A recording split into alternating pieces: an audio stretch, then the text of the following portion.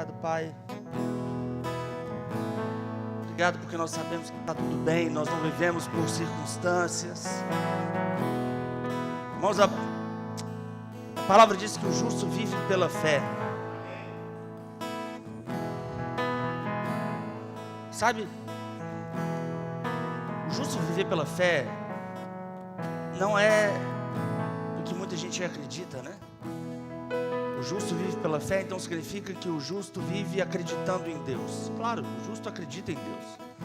Mas fé não é somente acreditar em Deus. Fé é quando você ouve a palavra de Deus. Você ouve o que ela diz a seu respeito. E embora você possa considerar as circunstâncias, a fé não nega as circunstâncias. Mas pela fé, nós sabemos que nós podemos superar qualquer circunstância. É por isso que, mesmo diante de alguma dificuldade, nada pode tirar a nossa alegria, nada pode tirar a nossa paz. Nós não ignoramos que possam sim acontecer algumas coisas. Acontece porque o mundo é mau, acontece porque é difícil. Mas sabe, nós podemos crer que a circunstância difícil de hoje, ela pode se transformar em uma vitória absurda amanhã. Nós temos um Deus vivo, nós temos um Deus que nos ama. Obrigado, Senhor, porque no Senhor está o amor,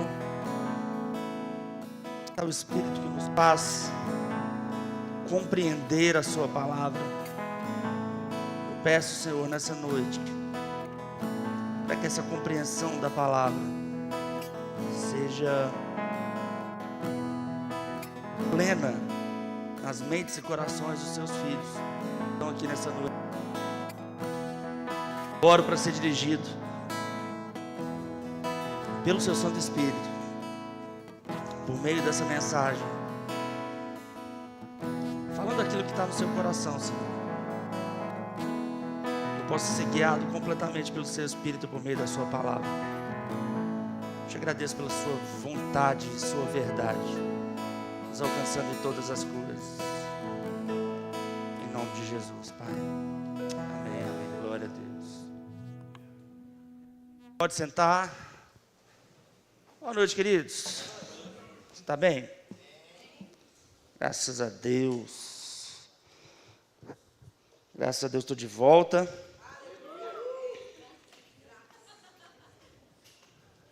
Fiquei quase um mês, né? Fora. Estava dando aula no Rema de Sarzedo.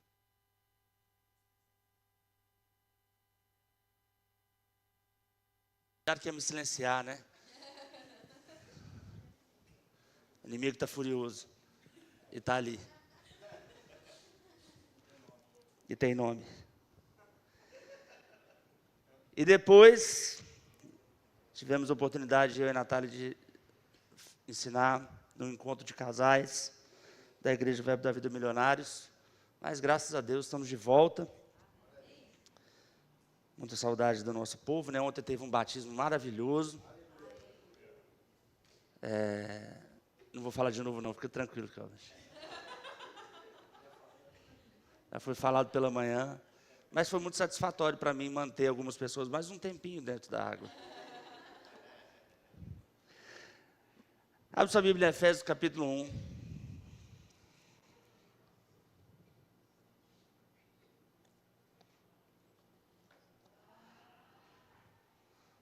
Versículo 1. Vamos ler esse capítulo.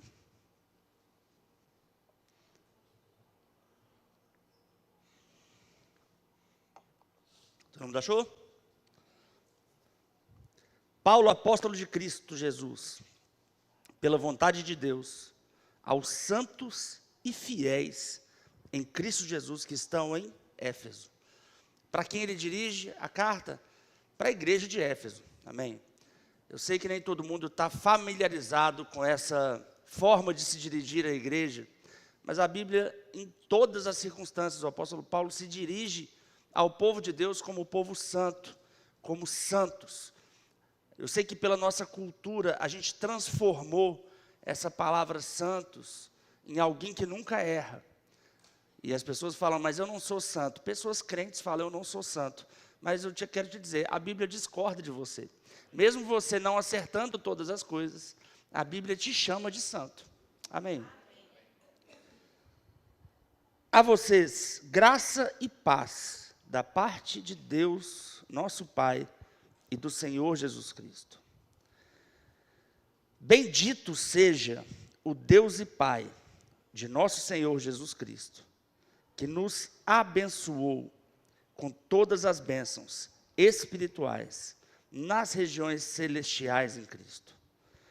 Porque Deus nos escolheu nele antes da criação do mundo, para sermos santos e irrepreensíveis em sua presença. Veja que ele faz novamente essa afirmação. Eu sei se você já conhece a forma com a qual nós ministramos, nós ensinamos aqui. Santificação é um processo, e esse processo começa quando nós somos plantados em Cristo. E ele diz isso, bendito seja o Deus, o Pai de nosso Senhor Jesus Cristo, que nos abençoou com toda sorte de bênçãos nas regiões celestiais em Cristo. E eu acho que esse jogo de palavras que Paulo faz confunde muita gente, né?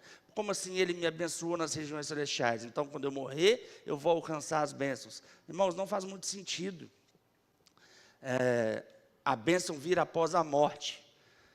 Porque Jesus, quando ele vai falar sobre a nossa santificação, em João 17, pastor Marcos ministrou isso hoje pela manhã, ele fala que ele não rogava para que ele nos tirasse do mundo. Então veja, a gente pode, na verdade deve e consegue ser abençoado nesse mundo. A questão é que esse ser abençoado, ele está em parte de um processo da gente compreender quem nós somos em Cristo e o que nós já temos em Jesus Cristo. Mas antes disso, e mais importante do que isso, é importante a gente descobrir, entender bem quem é Cristo. Amém? Se nós fomos predestinados nele, ou seja, não é uma predestinação individual, é uma predestinação coletiva, corporativa. Pastor, qual que é a diferença? Deus não predestinou o Daniel, a Ana, jamais o Breno, para alcançar alguma coisa boa. Deus predestinou aqueles que estão nele. Entende? Você não está predestinado a ir para algum lugar, a não ser que você entre em um veículo que leve àquele lugar. Eu sempre dou o exemplo. Você marca uma viagem para ir para Europa. Olha só, você vai para onde? Onde está bom hoje? Ucrânia. Você está indo para Kiev. Não, Ucrânia é melhor não. Você vai para Paris, você vai para Roma, você vai para aquelas praias lindas da Croácia, maravilha. Você vai para lá e compraram a passagem para você. Te deram a passagem, porque o mais caro é a passagem, né? Te deram a passagem. Você só vai para lá se você for até o aeroporto e entrar no avião. Amém?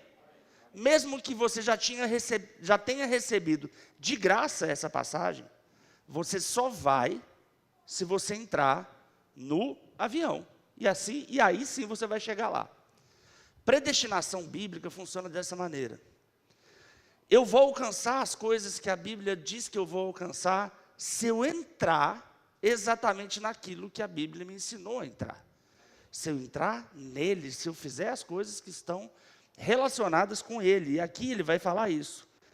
Em amor, versículo 5, nos predestinou para sermos adotados como filhos por meio de Jesus Cristo, conforme o bom propósito da sua vontade. Na versão revista atualizada diz o beneplácito da sua vontade. Não gosto muito dessa versão, que parece nome de remédio, né? O bom propósito da sua vontade, para o louvor da sua gloriosa graça, a qual nos deu gratuitamente no amado. Nós fomos salvos de graça pela graça. Amém. Nele temos a redenção por meio de seu sangue, o perdão dos pecados, de acordo com as riquezas da graça de Deus, a qual ele derramou sobre nós com toda sabedoria e entendimento.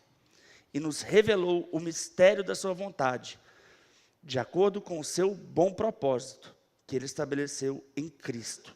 Isso é, de fazer convergir em Cristo todas as coisas, celestiais ou terrenas, na dispensação da plenitude dos tempos.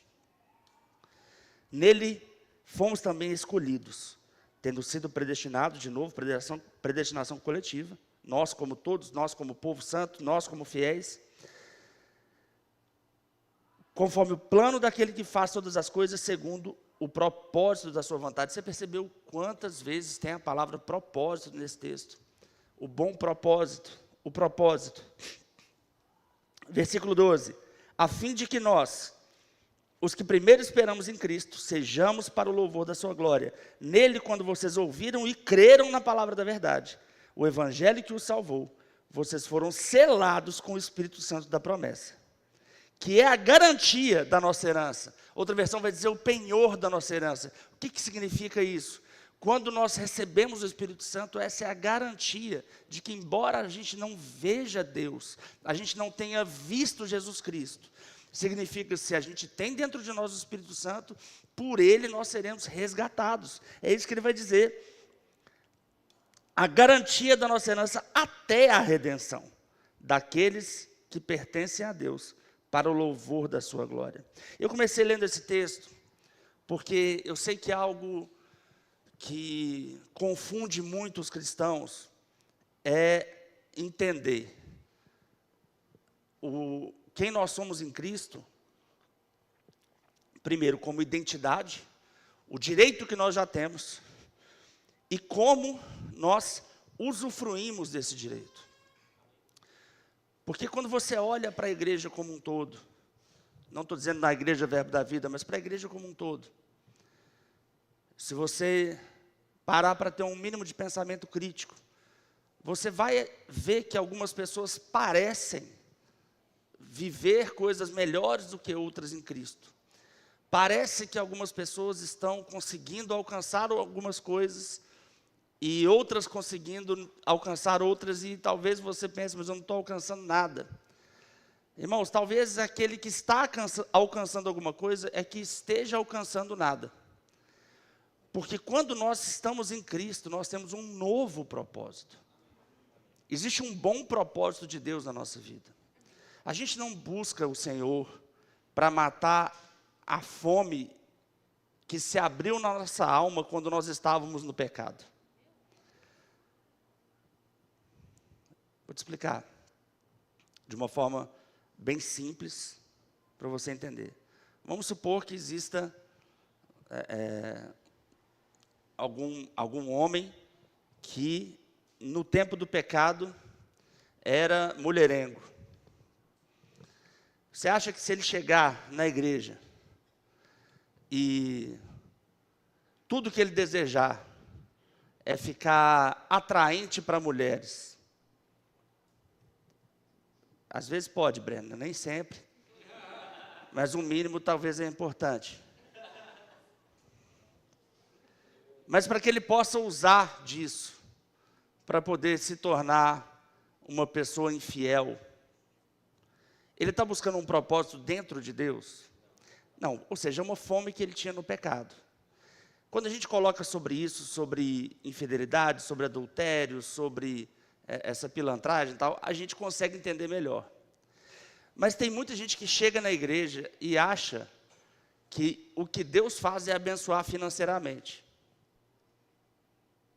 E existe uma forma de buscar dinheiro que é pecaminosa e que não faz parte do propósito de Deus. E Jesus falou isso de maneira muito recorrente. Ele fala em Lucas 12, se eu não me engano, da terra de um homem que produziu muito, e o homem coloca a esperança dele no dinheiro, Jesus chama aquele homem de insensato, de tolo. A passagem do jovem rico, que não é uma parábola, né, algo que aconteceu com Jesus, mostra também que o coração no dinheiro é um problema. O próprio Jesus, no Sermão do Monte, vai falar que não dá para servir dois senhores, não dá para servir a Deus e ao dinheiro ao mesmo tempo. Então, por que eu estou dizendo isso? Porque às vezes as pessoas chegam na igreja e o que elas esperam é que rapidamente elas sejam abençoadas financeiramente. Algumas pessoas são assim.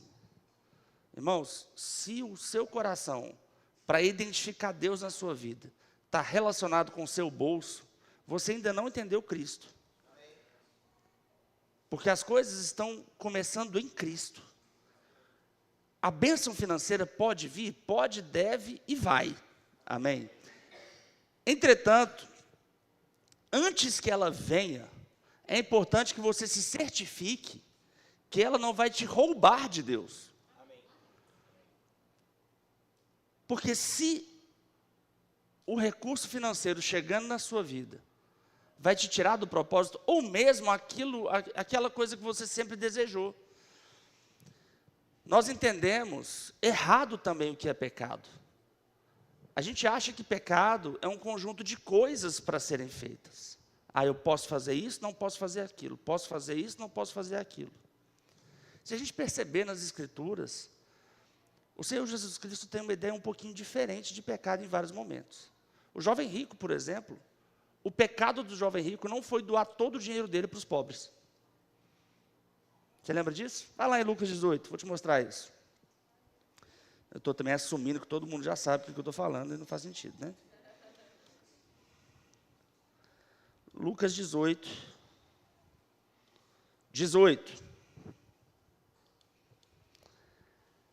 Certo homem importante, todo mundo chegou? Lucas 18. Todo mundo chegou, gente? Amém. Certo homem importante lhe perguntou: bom mestre, que farei para herdar a vida eterna? Irmãos, o que esse cara queria? A vida eterna. Amém? 19. Por que você me chama bom? Respondeu Jesus: não há ninguém que seja bom a não ser somente Deus. Você conhece os mandamentos: não adulterarás, não matarás, não furtarás, não darás falso testemunho, honra teu pai e tua mãe. Jesus aqui pegou o que a lei dizia a respeito de santificação. Nós sabemos, pela Escritura, que a lei não pode justificar ou santificar a nós mesmos. Os fariseus acreditavam nisso e por isso eles não receberam Jesus. Mas Jesus aqui ainda não tinha morrido e não tinha ressuscitado. Então ele fala sobre a realidade que estava vigente sobre a vida daquele homem. Ele fala, você conhece os mandamentos: não adultera, não mata, não rouba, não dá falso testemunho, honra teu pai e tua mãe. E ele responde: a tudo isso tenho obedecido desde a adolescência. Sim, disse ele. Ao ouvir isso, disse-lhe Jesus: falta-lhe ainda uma coisa. Venda tudo o que você possui e dê o dinheiro aos pobres, e você terá um tesouro nos céus. Depois venha e siga-me. Esse versículo 22, ele é muito indigesto para muita gente hoje. Por quê? Primeiro, chega alguém dizendo assim: eu faço tudo certo. O que eu faço para herdar a vida eterna? Eu já faço tudo certo. Jesus fala assim: falta uma coisa para você. Pega tudo que você tem, vende, dá o dinheiro às pobres e me segue. Aqui já mostra uma coisa: nem sempre a vontade de Deus, nem sempre a vontade de Jesus para a sua vida é uma vontade de riqueza. Amém. Amém, gente? Porque, assim, veja só, a vontade para esse homem, naquele momento, a gente sabe que isso vai mudar depois, mas naquele momento, é que ele abrisse mão daquilo que para ele, naquele momento, era o Deus da vida dele, era o propósito dele, era o motivo pelo qual ele vivia. E o pecado é ter qualquer coisa nesse lugar, porque esse lugar na nossa vida precisa ser Jesus. Esse lugar na nossa vida precisa ser Deus. Não pode ser nada, nenhuma outra coisa. E talvez você possa dizer, pastor, mas Deus para mim é tudo. Se Deus para você é tudo, eu quero que você me responda uma coisa. Qual o tempo do seu dia, da sua semana, você ocupa buscando a Deus? Qual concessão você já fez para servir a Deus e não pecar? Comece a fazer essas provinhas, né? Se você peca, comete pecado, dos mais simples aos piores, para obter vantagens financeiras ou vantagens no trabalho, você concorda comigo que não adianta você dizer que você está servindo a Deus e colocando Ele em primeiro lugar. Você concorda comigo? Esse jovem rico, ele estava buscando a Deus, ele buscou literalmente a Deus, ele foi até Jesus, amém? Ele tinha uma conduta exemplar. E quando Deus pede algo dele, ele fala, isso aqui não dá não. Isso aqui eu não entrego. Existe algo, irmão.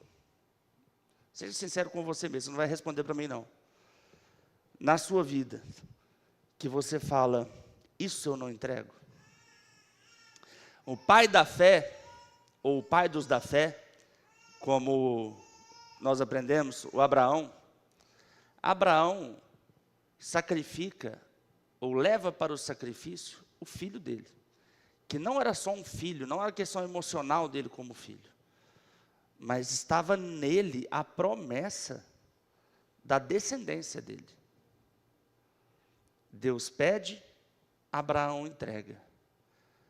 E porque Abraão entregou, figurativamente ali, Deus estava aprovando a humanidade para que no futuro Deus também pudesse entregar seu filho. Você está entendendo? Agora, entenda algo. Deus não vai querer o seu mal de maneira nenhuma. Tudo que Ele pede de você é justamente para que você fique melhor. Olha só, vamos ver a sequência do texto. Ouvindo isso, versículo 23, ele ficou triste, porque era muito rico. Vendo-o entristecido, Jesus disse, como é difícil aos ricos entrar no reino de Deus. Você concorda que Jesus disse aqui que ele não entraria no reino de Deus? Você concorda, gente? Qual foi o pecado que ele cometeu? Pecado, a definição de pecado, não é somente roubar, matar, cometer adultério. Pecado, a palavra grega amártios, significa errar o alvo. Ou seja, Deus fala para você fazer algo, e você faz outra coisa diferente. Isso pode ser qualquer coisa. Qualquer coisa que Deus te falou para fazer, e você falou, não, isso eu não vou fazer. Da menor até a maior. Qualquer dessas coisas é pecado. Você está aqui?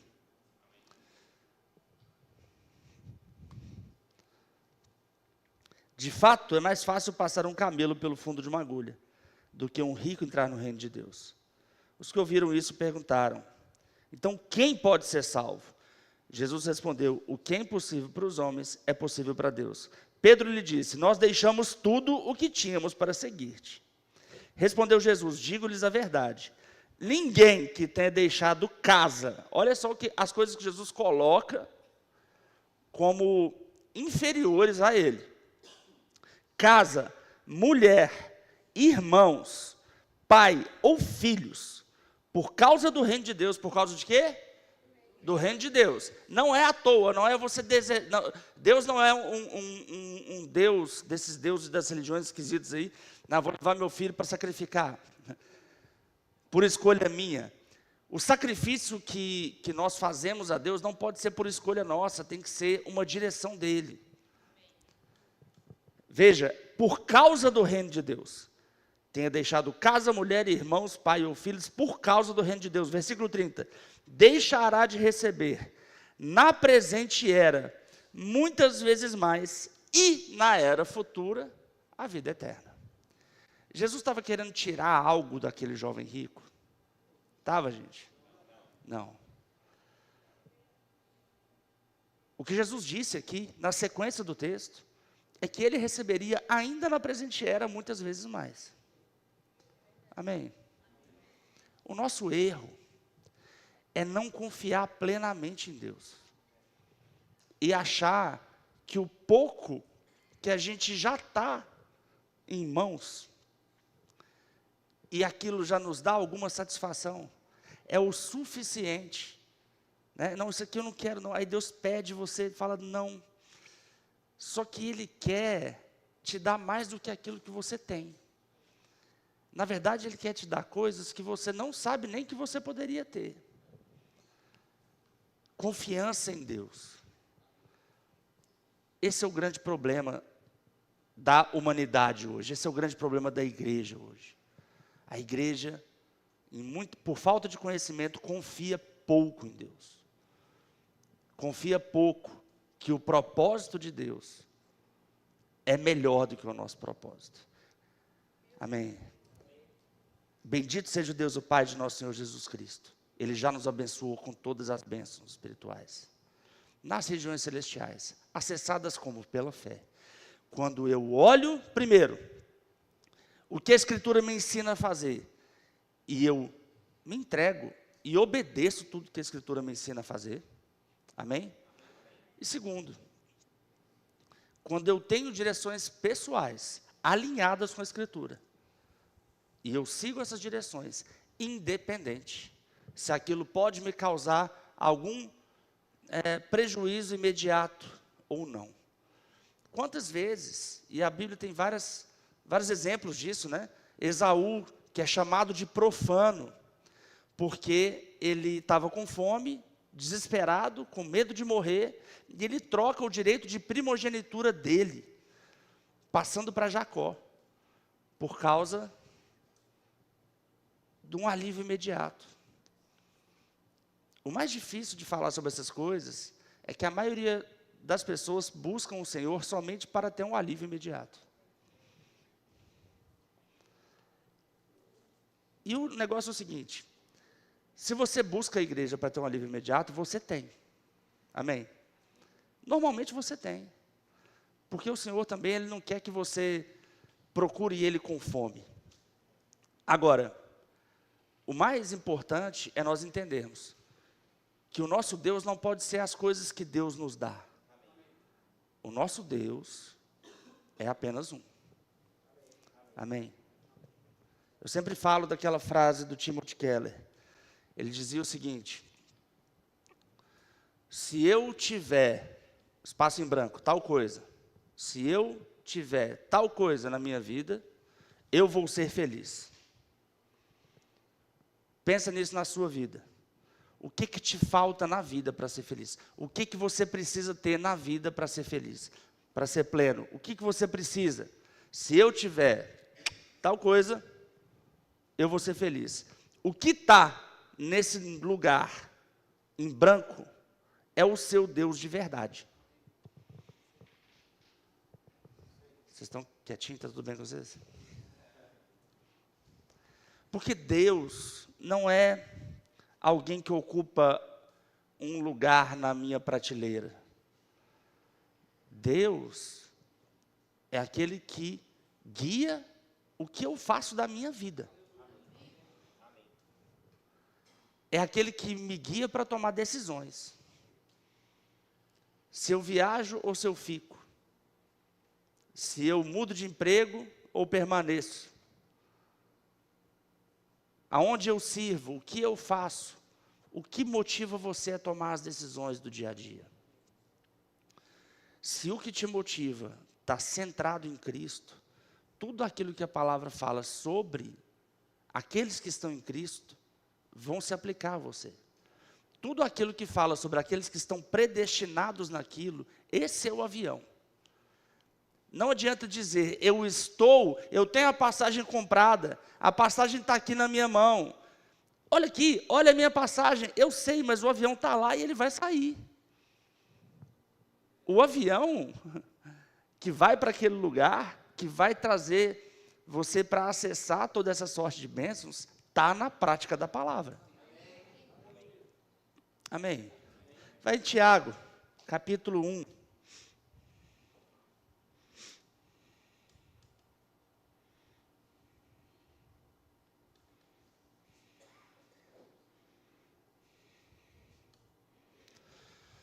Aleluia. Tiago capítulo 1, versículo 21.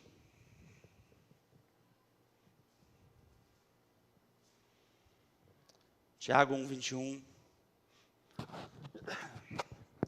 Diz: portanto, livrem-se de toda impureza moral e da maldade que prevalece, e aceitem humildemente a palavra implantada em vocês, a qual é poderosa para salvá-los. Só um minutinho aqui.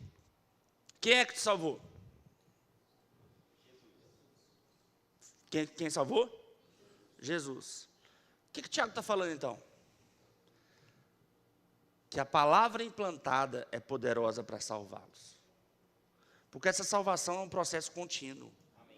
Ela começa quando eu recebo Jesus. Mas eu continuo num processo de salvação, num processo de santificação. Filipenses 2,12, Paulo fala: desenvolvam a sua salvação com temor e tremor. E aqui, ele diz: aceitem humildemente a palavra. Essa é uma das partes difíceis também. Porque normalmente as pessoas chegam com muitas certezas.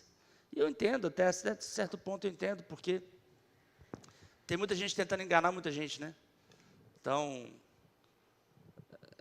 você está falando isso aí. Não acreditem nas coisas que eu falo só porque eu estou falando. Agora, cuidado para não achar que fui eu que escrevi a Bíblia. Porque não fui. Embora eu também chame Paulo. Não fui eu. Eu estou lendo o que está escrito. E se você tem dúvida da interpretação, fique à vontade de estudar. Aliás, eu te peço para que faça isso. Versículo 22, ele diz: sejam praticantes da palavra, e não apenas ouvintes. Fazendo o quê? Enganando-se a si mesmos. Eu fiquei pensando isso essa semana. O pior tipo de enganação, não é quando alguém nos engana. Quando alguém me engana, em algum momento, em algum tempo, pode ser que eu descubra. A maior dificuldade é quando eu me engano.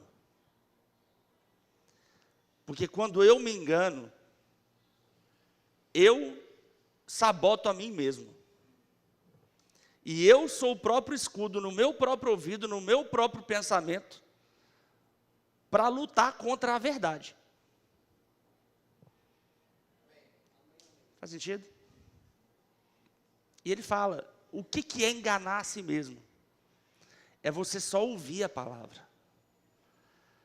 Porque pode ser que alguém que esteja me ouvindo agora discorde de alguma coisa que eu esteja falando.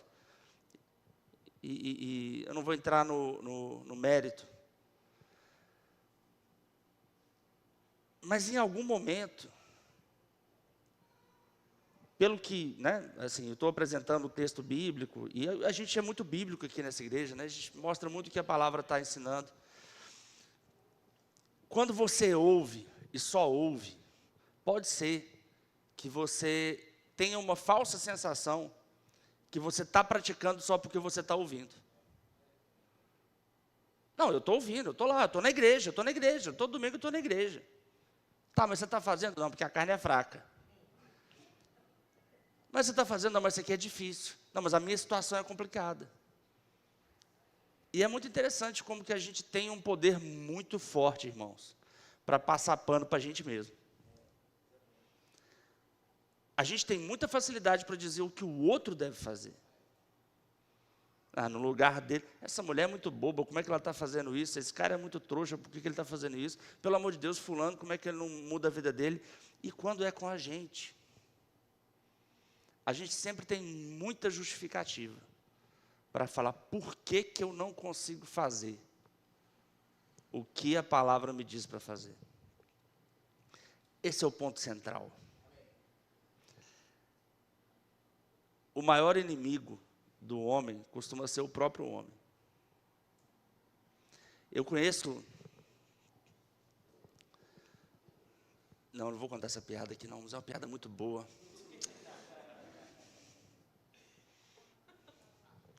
Não vou não, ela é grande, boa.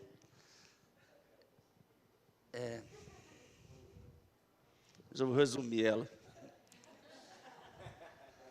É do cara que furou um pneu na estrada. É que na minha versão ele é fanho, eu não vou ficar imitando aqui, porque não faz sentido. Ele fura um pneu na estrada. E aí, ele descobre que ele não tinha macaco para trocar o pneu.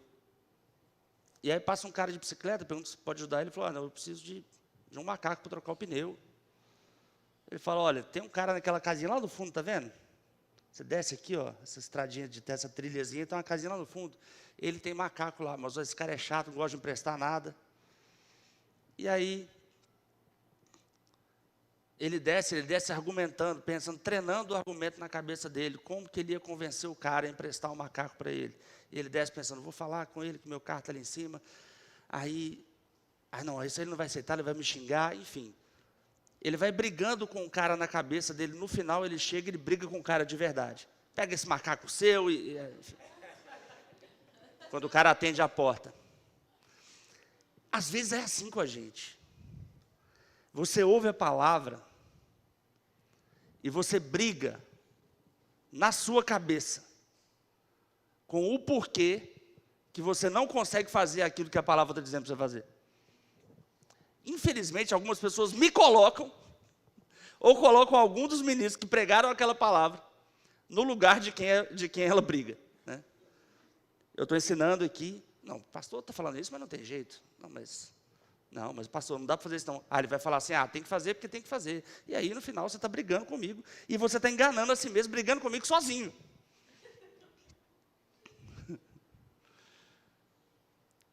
Porque para você faz sentido você não conseguir. Irmãos, existe graça da parte de Deus para que você possa fazer aquilo que Ele está te falando para fazer. Até porque a maioria das coisas na santificação não são coisas que estão relacionadas à habilidade. A maioria das coisas, ouso dizer totalidade, estão relacionadas à coragem de andar em fé. Esse jovem rico, por exemplo, ele não tinha nada difícil para ele fazer. Se livrar das coisas dele, a coisa mais fácil do mundo. Você pegar tudo que você tem e você vender. E dar o dinheiro para os pobres. Tem habilidade nisso? Tem, gente? Vocês estão aqui? Tudo bem? Estão com sono? Atitude. A maioria das coisas que a palavra nos pede estão relacionadas à atitude.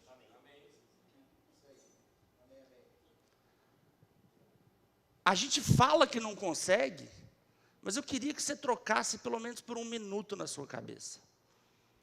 Não é que você não consegue. Não, eu estou te ajudando a você não enganar você mesmo. Amém? E você vai precisar me amar, apesar disso. Eu não sou seu inimigo, eu sou seu amigo. Amém?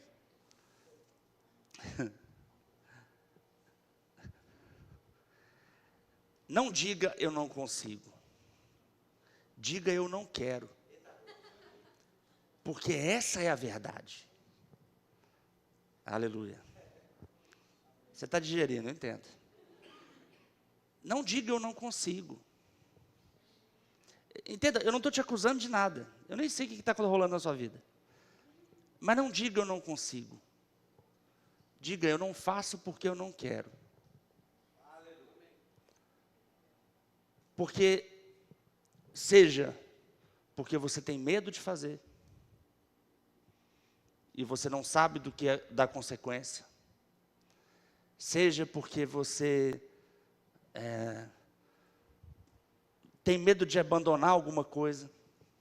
Eu não estou falando desses pecados que estão escritos na lei, não cometer adultério, que aí já é bagaceira, né? Eu espero que eu não precise convencer um adúltero que ele precisa largar o adultério, né? Eu estou falando de coisas que a gente considera lícitas. Ou coisas que a gente sabe que não são tão lícitas. Que não fazem tão bem para a gente. E que a gente já tem uma direção por dentro para não fazer. Sabe? A gente vai se deixando levar pelas circunstâncias do mundo. E a gente vai se deixando enganar. Versículo 23, aquele que ouve a palavra, mas não a põe em prática, é semelhante a um homem que olha a sua face num espelho, e depois de olhar para si mesmo, sai logo e esquece a sua aparência. É muito estranho isso, né? Ninguém esquece como parece. Alguns gostariam de esquecer, mas ninguém esquece. Amém. Olha que coisa estranha. Mas por que ele está dizendo isso? Porque a palavra é o nosso espelho. A palavra simboliza quem nós devemos ser. Amém. Na verdade, a palavra simboliza quem nós já somos em Cristo. Você pode não estar lá dentro do avião ainda, mas a palavra diz que você já é essa pessoa. Pela fé, você já é essa pessoa. Então, você olha para a palavra é o seu espelho, você fala assim, pronto, eu sou assim. Quando você vira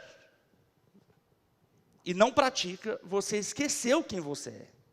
Aqui você ouve a palavra e fala, eu sou filho de Deus, eu sou herdeiro de todas as coisas, eu sou abençoado, eu tenho tudo em Cristo, eu sou curado, eu sou próspero. Aqui você tem isso muito firme. Quando você vai lá fora, você começa a ficar com medo das coisas.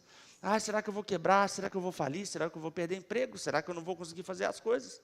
Será que as pessoas vão gostar de mim? Será que Deus vai continuar me abençoando? Fala isso, se isso não acontece, irmãos. Você olha para a palavra, você olha Efésios capítulo 1, verso 3, e fala, Deus já me deu tudo. Você sai e você age como se você ainda tivesse que conquistar todas as coisas. Vocês estão muito quietos hoje. Igreja, verbo da vida, nós somos o povo da palavra, do amor, e nós somos fervorosos em Cristo. Amém. Mas o homem que observa atentamente a lei perfeita que traz liberdade e persevera na prática dessa lei, não esquecendo o que ouviu, mas praticando, será feliz naquilo que fizer. Veja que a parte final é sempre você ficar feliz. Salmo capítulo 1.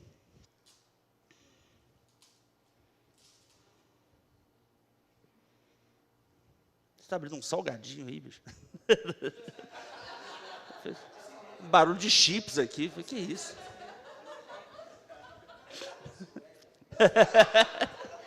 Salmo 1:1.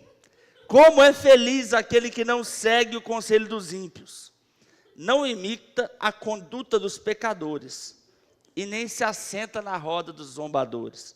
Como é feliz quem? Quem não segue o conselho dos ímpios. O que o ímpio faz? Não pratica a palavra. Amém?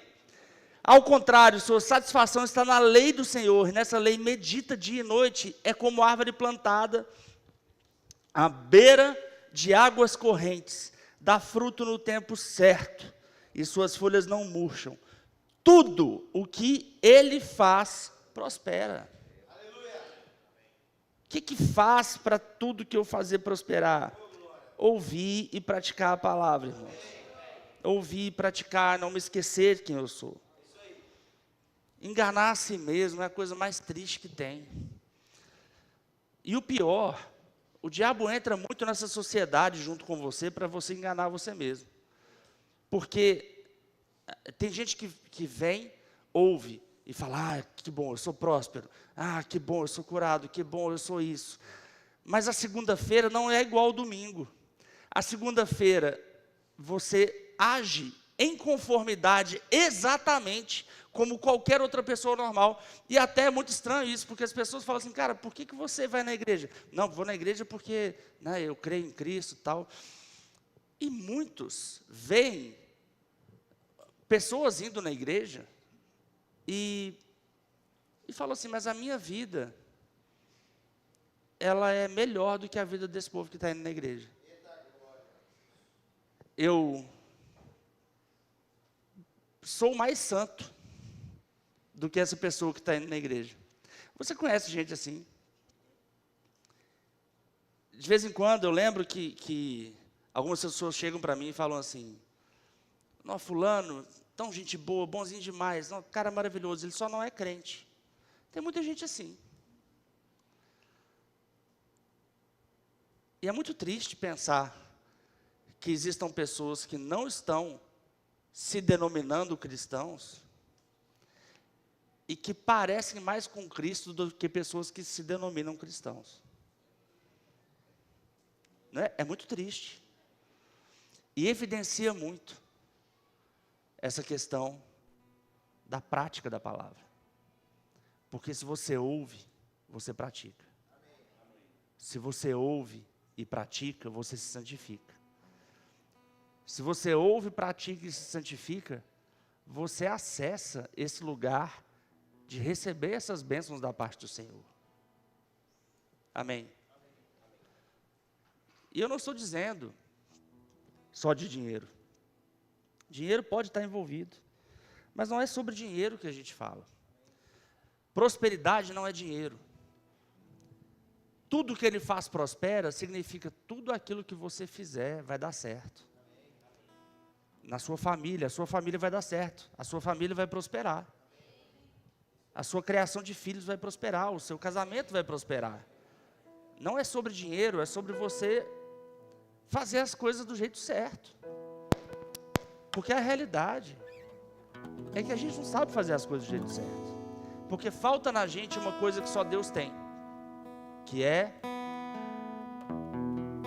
a onisciência. Deus sabe o resultado de todas as ações onde vai parar. Deus sabe o que eu vou fazer e aonde eu vou chegar depois daquilo que eu fizer. Eu preciso receber dele. Primeiro, conhecendo e obedecendo a palavra dele, e depois tendo no meu testemunho interior se aquilo que eu quero fazer é algo que Deus recomenda para mim ou não. E pode ser que você esteja olhando para mim pensando assim: eu não faço ideia como é que discerne isso. Então significa que você precisa ouvir mais a palavra e praticar mais a palavra. E se você tem alguma dificuldade para tomar alguma decisão, faça outra coisa que a Bíblia ensina. Peça conselho. Peça ajuda. A gente tem muita gente que pode ajudar você aqui. Amém? Ah, pastor, eu já sei. Poxa, então você está muito melhor do que eu, porque eu peço um monte de ajuda. Eu peço conselho para várias coisas, para as pessoas que estão na minha diretoria, na minha liderança, a minha supervisão. Eu acho que também é um enganar a si mesmo, você achar que você não precisa de ninguém. Eu preciso só de Deus. Mas Deus te conecta com pessoas.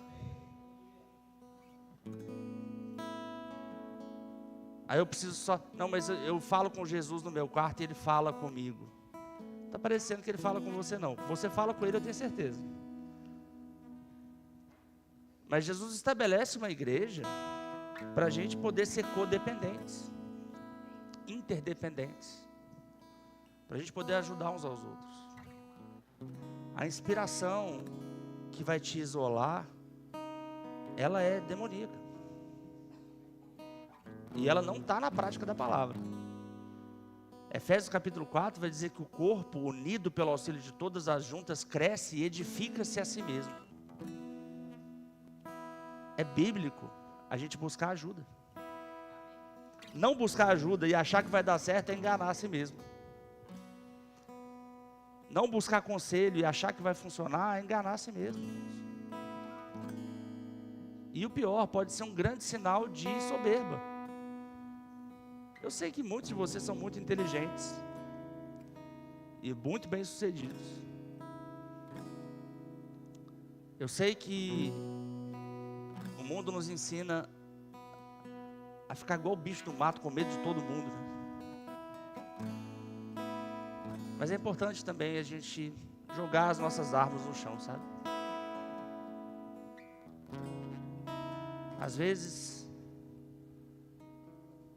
o que Deus quer liberar para a sua vida está atrás de um grande medo que você tem, de buscar uma ajuda, de expor os seus problemas, ou de ouvir alguma coisa que você não quer ouvir. Eu lembro que durante um tempo eu não queria pedir conselho numa área específica, porque eu tinha medo de ouvir o que eu sabia que eu ia ouvir. Agora olha que interessante, será que eu não estava enganando a mim mesmo? Porque eu já sabia, na verdade eu nem precisava pedir o conselho, porque no fim das contas eu já sabia qual que era. Eu não vou nem perguntar, porque vai que me falam o que eu não quero ouvir. Agora, será que eu já não estava ouvindo do Espírito o que eu não queria ouvir?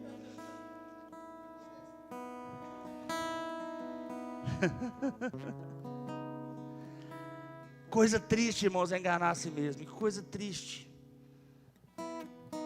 É o inimigo ser o seu próprio cérebro. E sabe, as tentações demoníacas, elas vêm por forma de pensamentos. O diabo não luta contra você jogando panela da sua casa no chão. Ele te inunda com pensamentos. Você acredita neles e toma eles para si mesmo. E com eles você se engana. E o pior, como você coloca eles em primeira pessoa, você acha que você é o autor desses pensamentos. E aquilo fica muito forte para você. Transforma-se numa fortaleza na sua mente. A ponto de, mesmo a palavra de Deus vindo de encontro, querendo quebrar aquilo, você forma um paredão de resistência. Não, Senhor, aqui não, nessa área da minha vida você não entra. Irmãos, Deus é bom. Abra suas defesas e deixa Ele entrar em todas as áreas da sua vida. A nossa vida está nele. Tudo que tem de bom está nele. Eu sei que as pessoas têm muitas dúvidas sobre várias coisas da Bíblia, mas a gente não pode duvidar do caráter de Deus. Deus é bom, Ele provou isso em Cristo. Ele provou que nos ama em Cristo, Ele provou que nos quer bem em Cristo. A gente precisa ter uma atitude de fé e de coragem, jogar as nossas próprias armas mentais no chão. Fala assim, eu vou praticar a sua palavra. É por isso que às vezes as pessoas começam praticando, alguma coisa acontece, a tempestade vem e elas falam assim, deixa eu voltar aqui. Eu não sei se é bem assim. Ai meu Deus. E às vezes nada aconteceu, está tudo bem, é só medo. O diabo afasta muitas pessoas pelo medo. Medo de quê? Medo de que Deus não vai te sustentar lá na frente, que Ele não vai te pegar lá na frente. E se eu cair, você não vai cair, Deus está com você. Pode cair 10 mil de um lado, 1000 do outro, não sei qual que é a esquerda, qual que é a direita. Pode acontecer. Mas você não vai ser atingido. Agora isso vai funcionar onde? Se você estiver nele, com a sua vida inteira. Qualquer parte sua que estiver fora dele, está sim descoberta. Se a sua vida amorosa estiver fora dele, ela está descoberta. Não estou lançando maldição não, estou dizendo que ela está descoberta. Se a sua vida profissional estiver fora dele, ela está descoberta. Qualquer coisa pode acontecer. Sua vida familiar estiver fora dele, está descoberta. Traz tudo para ele. Ele cuida melhor da sua vida do que você. Amém. Vamos orar? Um pouquinho.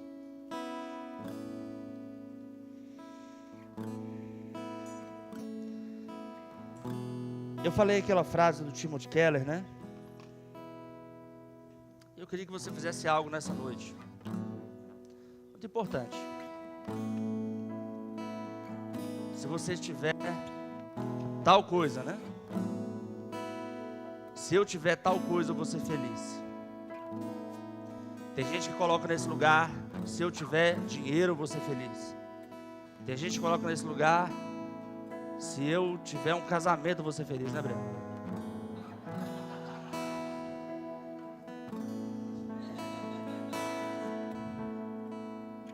Ou se eu tiver um emprego, ou se eu tiver essa promoção, ou se eu tiver essa coisa. Irmãos, faça uma oração nessa noite entregando essas coisas. Qualquer coisa que seja para você. A nossa felicidade tem que estar nele, e somente nele. E dele vem todas as coisas. Não engana a si mesmo. Se você tem alguma coisa que é mais importante do que Deus, ou que vai representar Deus para você, entrega essa coisa. Amém. Faça essa oração de entrega. O pessoal da música vai cantar mais um louvor aqui.